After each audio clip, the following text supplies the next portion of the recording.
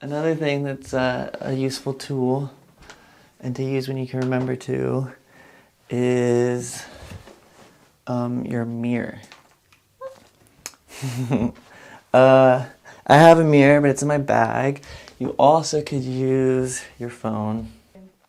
So basically what you would do is I just close my eye, use my dominant eye, and then I put it up to between my open eye and my nose, and it's sort of going perpendicular from my face, and just you can see your drawing in the reflection of the screen, and that sort of puts it in the sort of inverse of what you've been observing for the whole time. So it's like you're seeing it fresh, and almost sort of like you're seeing it for the first time. And so it will allow you to really see those shapes with a fresh eye.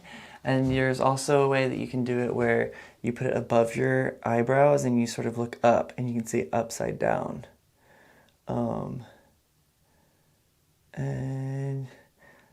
you can see the model and your drawing and sort of just flash your eyes back and forth and see what sort of stands out.